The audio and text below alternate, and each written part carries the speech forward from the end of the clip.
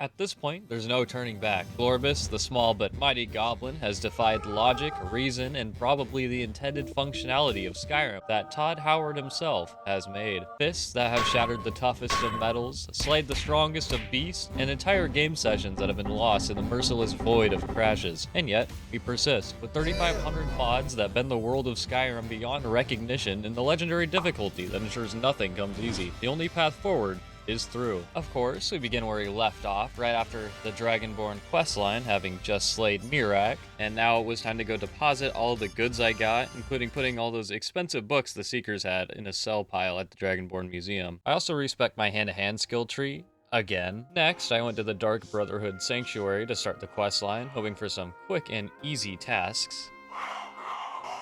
Wow, that is really loud for no reason. At last. Look how everyone just keeps talking every time you walk up. Like, I've never seen this guy before in our tight-knit family, but, you know, it's not a big deal. Well, I got some contracts. Go in guns blazing, I need to level up some skills. Really, these introductory quests were pretty easy. I just sneaked right on up behind all of them and one-shot them with my fists. Pretty simple stuff, all things considered. Oh, that kettle almost destroyed me. After completing the hits, I investigated the Gauldur legend briefly by finding a book, and then I decided to go into the ruins of Full Gunther. What's going on, gang? I ran through the dungeon pretty quickly. Most of the enemies were relatively low level, so there just wasn't much of a threat. There's a lot of people here.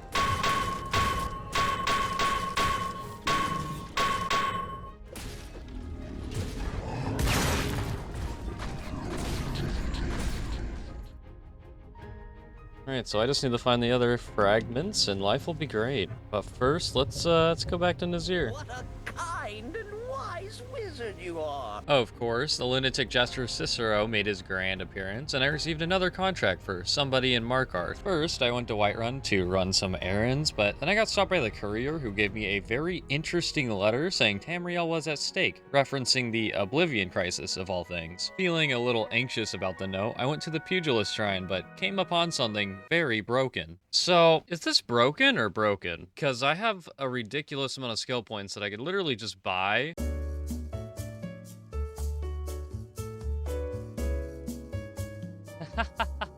Okay, well, this is unfortunate that it's happening this way, but you can't blame me. I'm playing the game as it was directly intended to. And so, as if this playthrough couldn't get any worse, Glorbus, a mere goblin, is now an unstoppable economic singularity that figured out a way to turn coin into perk points. Essentially, if I just kept resetting the hand-to-hand skill tree and bought perk points from the trader, I could very well have infinite perk points at my disposal. Glorbus is no longer playing Skyrim, he is committing a financial and wall-breaking apocalypse so severe it could crash the entire Elder Scrolls franchise. Yet, he persists. Anyways, I'm gonna pretend that didn't happen. The next step was Markarth. Also, I'm not sure how, but some level 14 orc defeated a dragon by himself when I was walking there. I'm not gonna ask questions, but I did take the free dragon soul. The next step actually wasn't the Dark Brotherhood. A more pressing concern was investigating this new age Oblivion Crisis. My only lead was a cryptic text from the letter relating to a Shrine of Stendarr, and as it turns out, the only thing waiting for me there was some Mythic Dawn assassins. After defeating them, I traveled again to a Mythic Dawn camp to search for more clues on the situation. It was clear that something bigger was coming.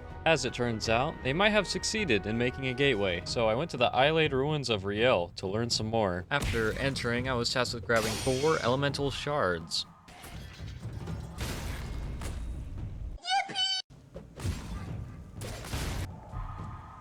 You know, when you ignore as much armor and do as much damage as I do, you kind of just one-shot everything. Such a nice feeling. Falcon Camp! Yeah! Whoa, whoa, whoa, whoa, whoa, whoa, whoa. Oh, that's a good trap. Next, I had to solve a small but easy puzzle, and it opened up a secret room for me.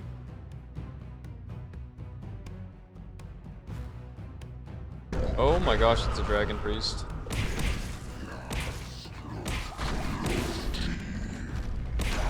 Well, that was easy, but these minions kinda hurt. After defeating the last of the enemies, I left the immediate area. The Vigilance of Stendarr and the Mythic Dawn broke in and were fighting, apparently, but I did find clues on where to go next. Anyways, apparently a dragon waited for me to exit the dungeon and ambush me after that, and that's a crap. Alright. Well, let's try this again. Uh-oh. Goodbye, world.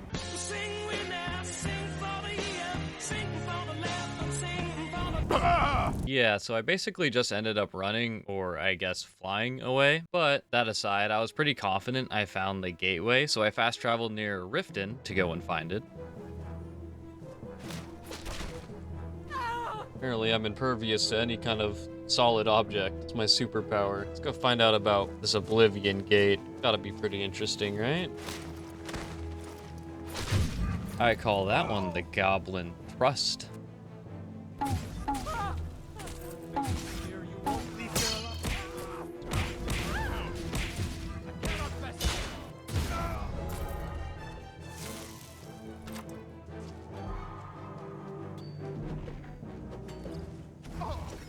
can't hit him. I can't hit anyone. What's happening? There seems to be something I'm missing here.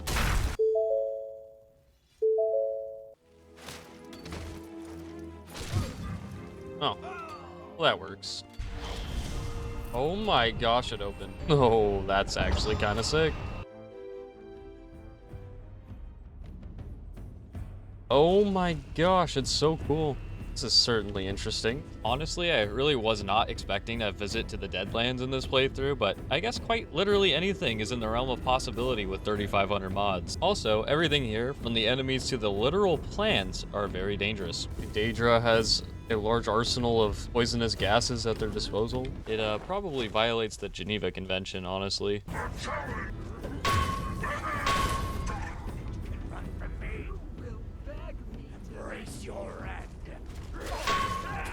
Please refrain from using your magic.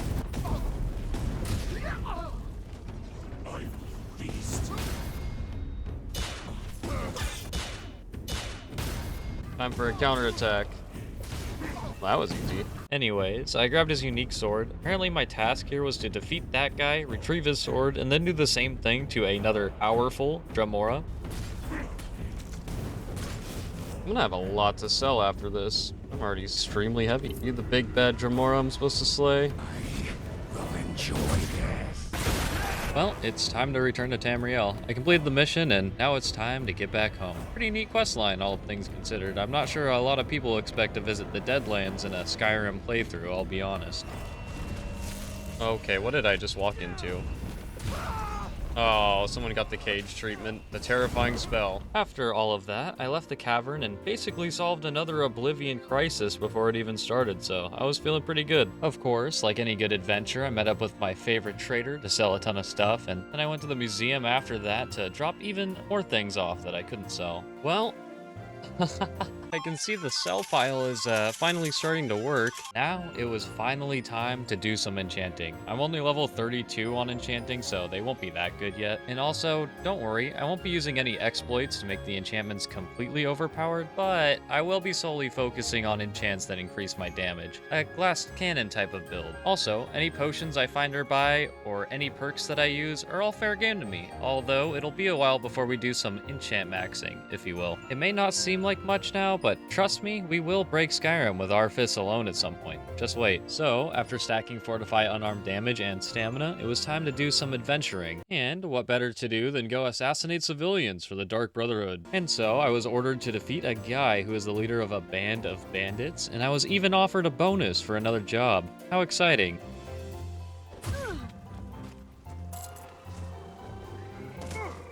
Honestly, might have been the best escape route I've ever seen in my life. Alright, this should be it, if I remember correctly. Alright, let's go tear this place up. What the? What kind of attack was that? It was so powerful. Alright, well, for the small chance I get launched across the map again,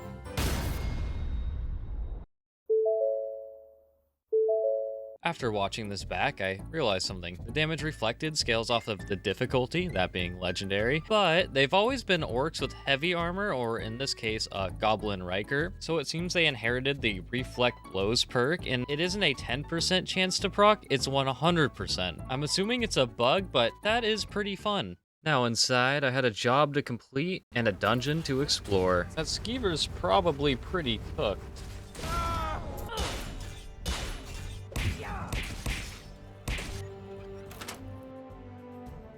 Hey, how's it going?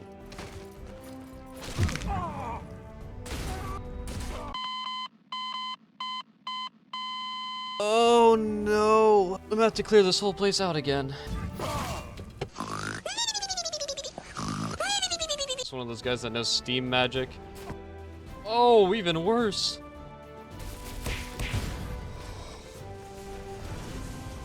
Well, that looks a little powerful.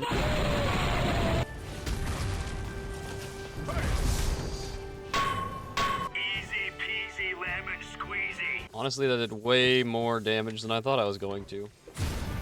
Oh my 1,000? We are approaching new levels of power never before seen. Anyways, those were the most exciting parts of the dungeon. I did end up finding the Ethereum shard fragment at the end as well, and after that, I was off. That bastard got exactly what he deserved. Back at the sanctuary, I got new orders from our loving and supportive leader Astrid, and of course, it was just to eavesdrop on Cicero, but Skyrim had other plans, and it broke, leaving me stuck in the coffin, forcing me to redo the entire lengthy cutscene twice. Eventually, after a long and agonizing second viewing of the Night Mother, I was set free. After that, I did a couple of easy contracts for some quick XP, and traveled to Valenrud to speak to this client the Night Mother spoke of. Oh my god, he created a copy of me. It's literally me. Oh no, I'm cooked. Wait, this is something I've never seen. I need to get ready.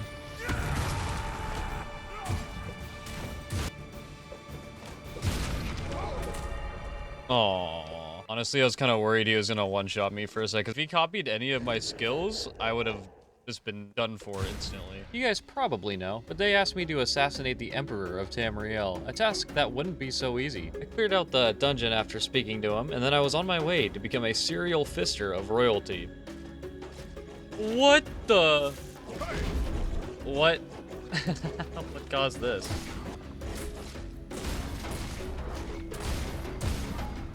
Anyways, our next contract was Vittoria Vici at our own wedding reception, but before that, I went to my museum to make some new goods and to do some more enchanting. Long story short, it was basically only fortify stamina and fortify unarmed damage. My unarmed damage went from 12% to 18% per enchanted item, roughly, and for some reason there were 2 fortify stamina enchants, but one was significantly better than the other one, so I just went for that. I actually took a break from the Dark Brotherhood questline to go find another piece of the Gauldur amulet, and what better than to test my new strength on than a level 200 eldritch creature that came out of nowhere. What the hell are you? Level 200? It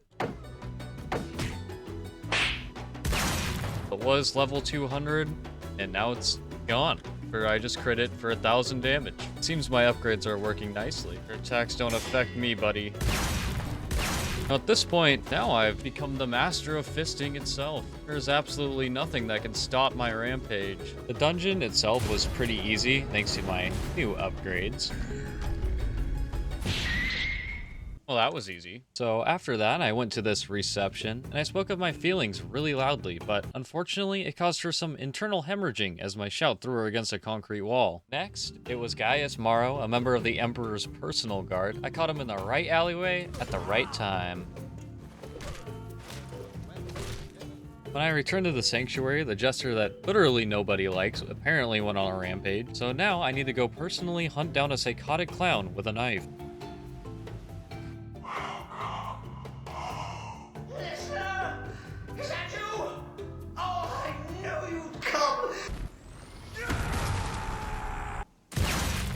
Next, it was time to fist, eliminate the gourmet and take his identity. First things first, I traveled to Markarth to speak to someone who might know the gourmet's identity. I found out who they were, and now I was off to the races. As it turns out, the gourmet's true identity is a Balagog Gro-Nolub? Balagog Gro-Nolub. Sorry to all my orc listeners for butchering this name, I only speak Goblin. Anyways, after successfully putting him to bed in someone's basement, it was time to go cook some dinner for the Emperor. It's just, well, you're an orc. That was truly the most disrespectful thing I've ever heard in my life. Let me tell you something about true cooking. Yeah, so I forgot to add the poison, so the only food they got to eat was my fist, the Emperor, and all of the witnesses included. Everyone gets a taste of these hands. Of course, it was all a scam, and we were set up from the very beginning. Back at the sanctuary, which was on fire and in a terrible state, I helped Nazir and then hid in a coffin. I was awoken by Nazir and a small vampire child, and then I spoke to Astrid, the person who betrayed us. Next, I spoke to our original client, and apparently he knew where the Emperor was the whole time. So, time to complete the mission.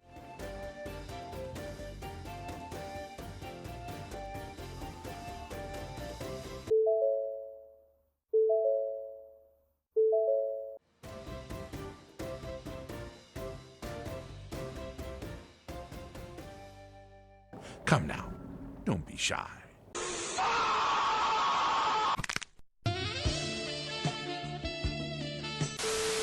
Alrighty, that's about all I've got for now on the Glorbus journey. As always, please be sure to like and even leave a comment if you have any forbidden knowledge or any ideas for me. That being said, thanks for watching. I'll see you in the next one.